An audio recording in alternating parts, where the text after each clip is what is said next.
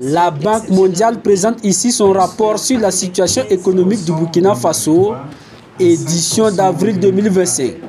Ce rapport met en exergue les tendances économiques récentes, analyse les perspectives à court et à moyen terme et consacre un chapitre spécial au secteur énergétique du Burkina Faso.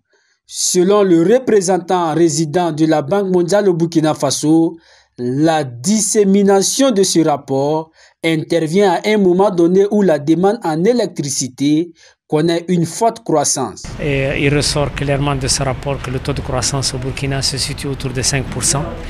Cette croissance a été fortement soutenue par des initiatives présidentielles, notamment dans le secteur agricole, qui a connu une amélioration importante.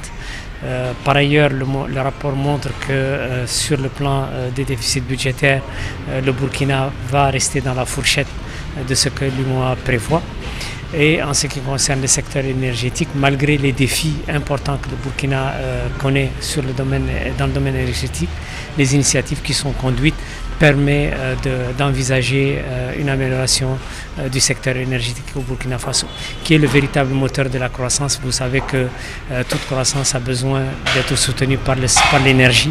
Et je pense que les options qui sont prises par le gouvernement aujourd'hui encouragent et faciliteront très probablement le maintien de la croissance économique, la relance des secteurs productifs au Burkina Faso et notamment les secteurs agricoles à travers le programme présidentiel de l'IGODJI qui est en cours de mise en œuvre. Selon le rapport, le Burkina Faso continue de réaliser des progrès significatifs sur le plan économique grâce aux politiques publiques mises en œuvre par le gouvernement dans les secteurs stratégiques.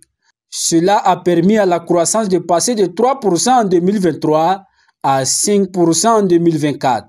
Et cette situation de mise à jour des données, elle a été produite. Nous avons eu des discussions techniques avec la Banque mondiale sur les aspects qui nous permettent de conforter que les analyses de la Banque mondiale sont pratiquement dans la même dynamique que celles produites par le Burkina Faso.